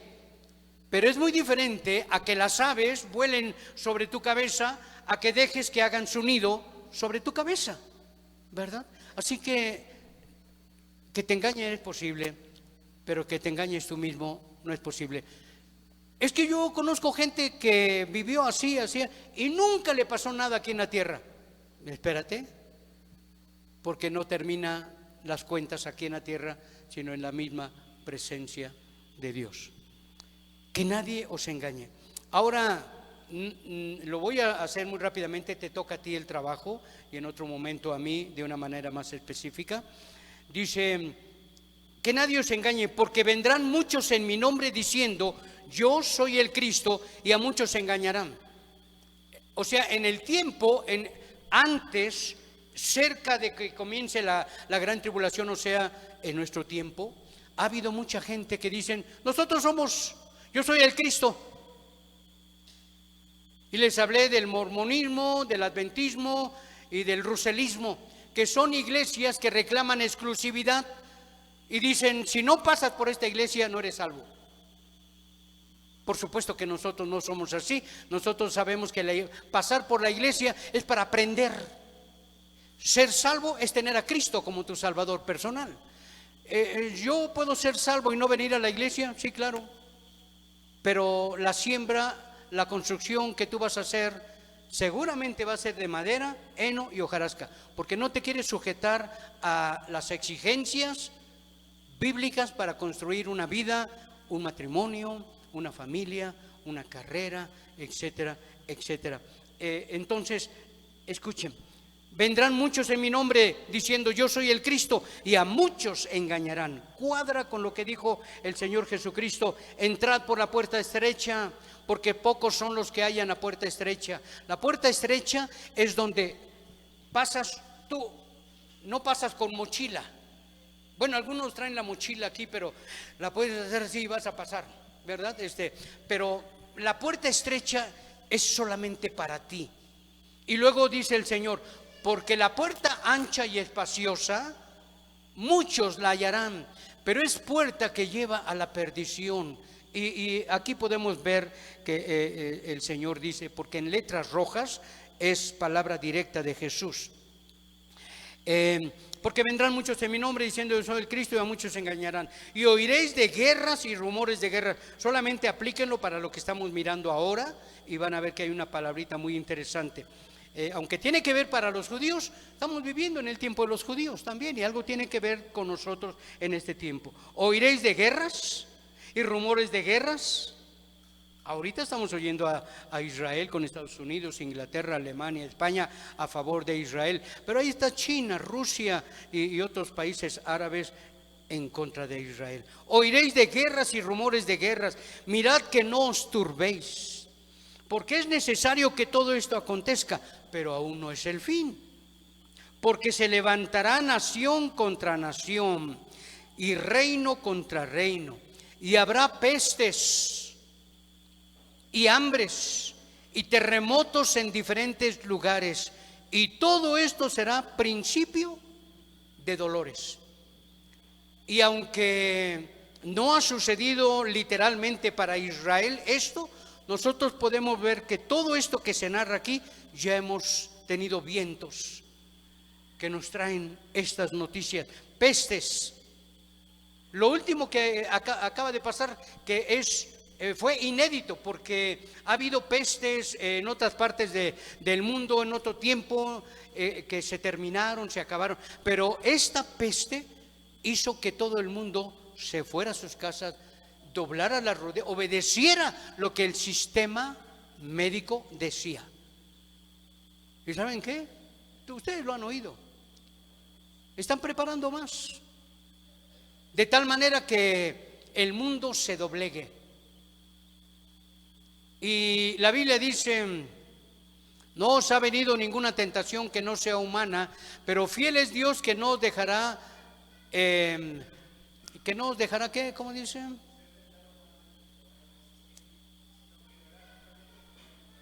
La salida, para que comprobéis la buena voluntad de Dios. Entonces, lo que ha venido, yo siempre he dicho que Dios ha defendido a la humanidad, la ha defendido de todas estas acechanzas, pero vendrán otras de salud, de economía, guerras, etcétera, pero lo estamos viviendo. Pero recuerden que dice esto: todo esto será principio de dolores. A partir del versículo 9, a partir del versículo 9, aquí tienes terminados los primeros 3 años y medio de la tribulación. Yo sé que los dejo diciendo, a ver, no tengo más tiempo para hacerlo, tengo que respetar el tiempo de ustedes. Y el versículo 9 dice: entonces os entregarán a tribulación y os matarán. Eso todavía no ha sucedido, pero siempre les he enseñado. Gramaticalmente, la palabra entonces, un adverbio de tiempo, te dice que algo ya se concluyó, y cuando se concluyó, entonces viene otra cosa.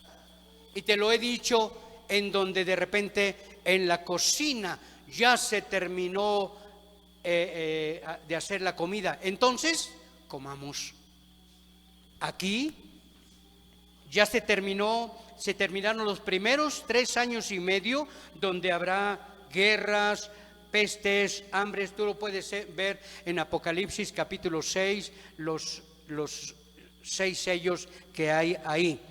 Entonces os entregarán a tribulación y os matarán y seréis aborrecidos de todas las gentes por causa de mi nombre. Muchos tropezarán, entonces se entregarán unos a otros y unos a otros se aborrecerán. Y muchos falsos profetas se levantarán y engañarán a muchos. Y por haberse multiplicado la maldad, el amor de muchos se enfriará. Mas el que persevere hasta el fin, este será salvo. ¿Salvo de qué? ¿Del infierno? No. Este será salvo, no del infierno. ¿De qué estamos hablando? De la tribulación. ¿Por qué tiene que ver para judíos? Paciencia, paciencia. Por tanto, versículo 15, cuando veáis en el lugar santo la abominación desoladora de que habló el profeta Daniel, el que le entienda. Esto se refiere a cuando el anticristo, aquí ya comenzarían los 3 años y medio siguientes, cuando el anticristo vaya al templo judío, porque les va a permitir construir su templo. Ahorita no lo tienen. Cuando venga el anticristo será recibido por los judíos porque les construirá su templo. La problemática es que los judíos quieren construir su templo donde está la mezquita de Omar, árabe. Y ahí está el problema. Vendrá el anticristo. ¿Cómo lo va a hacer? No sé, pero tendrá una sabiduría diabólica, engañará a Israel, convencerá a los árabes, a los musulmanes y lograrán construir su templo. Cuando esté construido el templo, aquí dice, cuando veáis la abominación desoladora, o sea, este anticristo va y se sienta en el templo haciéndose pasar por Dios. Y entonces el Israel nacional va a creer, pero habrá un Israel del olivo, el remanente, que dirá, no, nadie se puede sentar en el templo de Dios. Y entonces el anticristo desde el templo dirá, se sientan o los mato. Y el remanente va a huir. Al sur de Israel se encuentra cerca del Mar Muerto la ciudad de Petra, una ciudad amurallada. Ahí va a huir el remanente de Israel, pero muchos judíos se quedarán ahí. Pero un remanente va a huir y en esa huida va a haber milagros de provisión como cuando Israel salió de Egipto. ¿Qué pasó en el desierto? Hubo provisión de Dios milagrosamente. Aquí no lo dice, pero Israel será protegido en la huida de Jerusalén a Petra. Será protegido y habrá milagros. Ahora, no piensen que estoy echando mucha crema a mis tacos, estoy hablando en el contexto bíblico, porque fíjense, versículo 16, entonces los que estén en Judea, entonces los que estén en Xonacatepec, entonces los que estén en Guadalajara, ¿verdad que no? La narración no tiene que ver con otras partes del mundo, sino tiene que ver con Jerusalén, con los judíos, y les dice, entonces los que estén en Judea, huyan. No dice, váyanse, huyan, porque la ira del anticristo es terrible. Versículo 17, el que esté en la azotea no descienda para tomar algo de su casa. Vamos por los papeles del carro, vamos por las escrituras. No, déjalas porque es urgente que huyan. Versículo 18, y el que esté en el campo no vuelva atrás para tomar su capa. Deja ahí el arado, deja todo y córrele, vete. Son palabras del Señor Jesucristo para su pueblo. Versículo 19, increíble. Mas hay de las que estén encintas y de las que críen en aquellos días. El pastor que bautizó a Nelson Ned, que ya murió, un pastor americano, yo tengo el video, donde él predicando dice, en 1999, cuando se avecinaba el 2000, que decían que iba a haber un caos de computadoras, de vuelos y tantas cosas, ¿verdad? Que iba a haber confusión. Ese pastor dice, así que hermanitas, nada de embarazarse este año.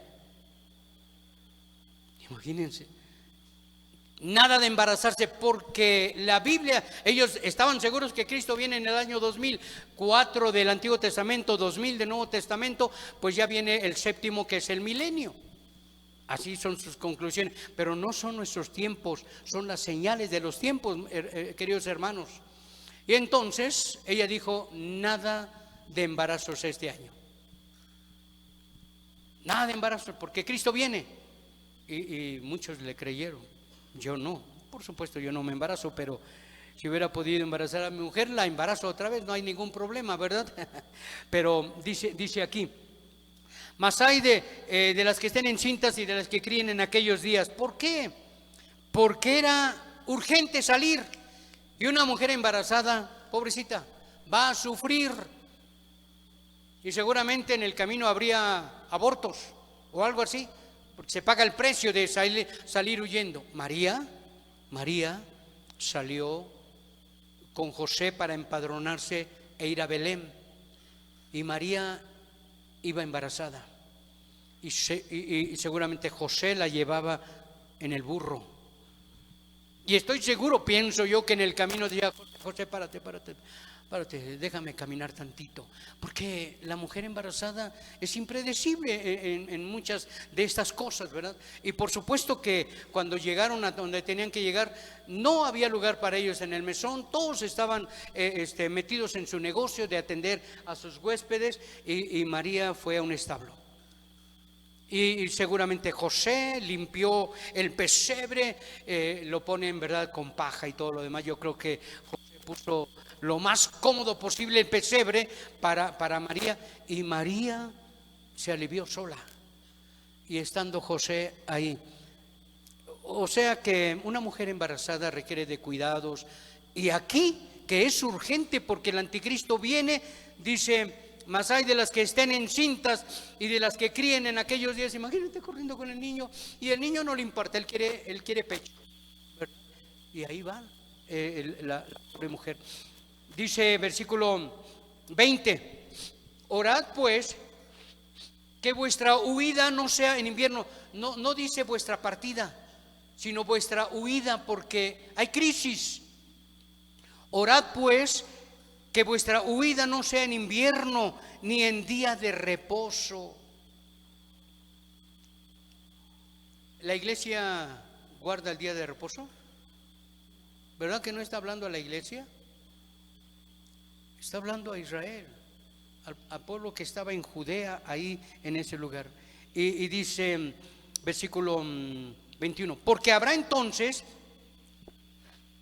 gran tribulación, cual no la ha habido desde el principio del mundo hasta ahora, ni la habrá. Por eso les digo que será un trato especial de Dios para con Israel, porque Hitler y los grandes dictadores parecerá Walt Disney en relación a la ira del anticristo.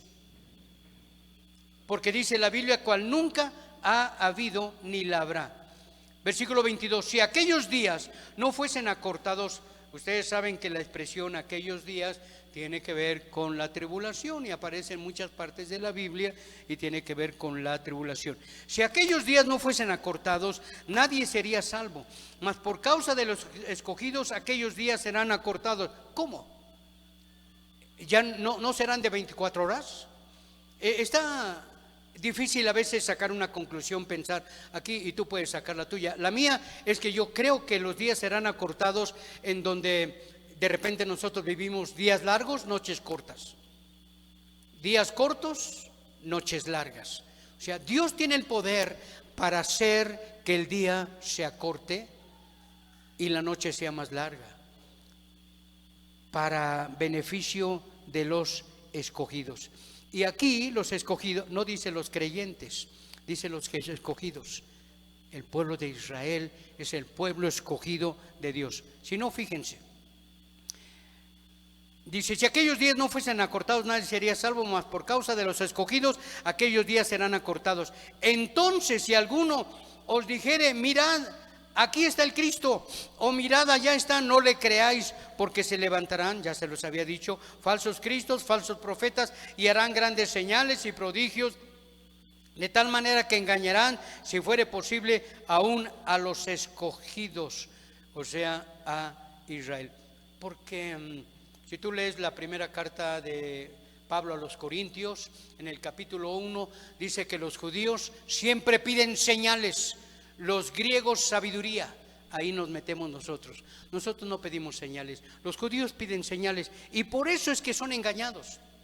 Porque todos los falsos profetas harán grandes señales y prodigios de tal manera que engañarán, si fuere posible, aún a los escogidos. Estamos hablando de Israel. Así que si os dijeren, mirad, ahí está en el desierto, no salgáis, o mirad, está en el aposento, no lo creáis, porque como el relámpago que sale del oriente y se muestra hasta el occidente, así será también la venida del Hijo del Hombre. La venida del Hijo del Hombre, no el rapto de la iglesia, porque donde quiera que estuviera el cuerpo muerto, allí se juntarán las águilas. Versículo 28, e inmediatamente después de la tribulación de aquellos días, estamos hablando ya casi del final de la tribulación, la luna no dará su resplandor y las estrellas caerán del cielo y las potencias de los cielos serán conmovidas. Entonces aparecerá la señal del Hijo del Hombre en el cielo y entonces lamentarán todas las tribus de la tierra y verán al Hijo del Hombre viniendo sobre las nubes del cielo con poder y gran gloria. Me voy a quedar hasta acá porque estamos llegando al punto de darnos cuenta que lo que Cristo habló aquí fue directamente a los judíos, indirectamente a nosotros, sacando algunos principios. Pero nosotros no somos israelitas para huir de Judea, para huir de los montes, para guardar el sábado, no somos judíos nosotros, pero sí podemos nosotros aprender lecciones muy interesantes aquí. Bueno, aún todavía no he llegado al punto, y ya voy a terminar, de mostrarles por qué es importante saber en qué parte de dispensaciones estamos. Estamos ahorita en la dispensación de la ley. Cuando muere Cristo estamos en la dispensación de la gracia, que es nuestro tiempo. Pero les dejo pensando, todas las iglesias que creen que se pierde la salvación, pareciera como que me salgo del tema, pero no. Todas las iglesias que creen que se pierde la salvación y que mantienen a su gente diciendo, es que si tú pecas vas a perder la salvación.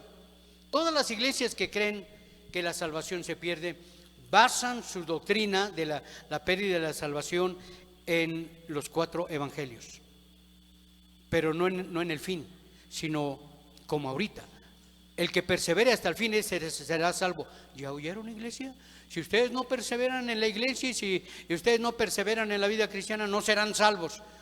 Es mala interpretación y aplicación. Se refiere a los judíos de ser salvos de la tribulación. Entonces, yo les voy a enseñar que al pensar que la salvación se pierde y usar libros transicionales. ¿Por qué transicionales? Son libros, Mateo, Marcos, Lucas y Juan, libros transicionales. Libro de los Hechos, transicionales. Libro de Santiago, transicional. ¿Qué quiere decir? Que en el tiempo de la escritura de los evangelios hay cosas que están en tránsito, y luego se termina. Nuestra misma Constitución, en artículos que hay, tienen algunos puntos transicionales. Quiere decir que están en observación y que llegará el momento en que ya no funcionarán. Los 4 evangelios, libros transicionales.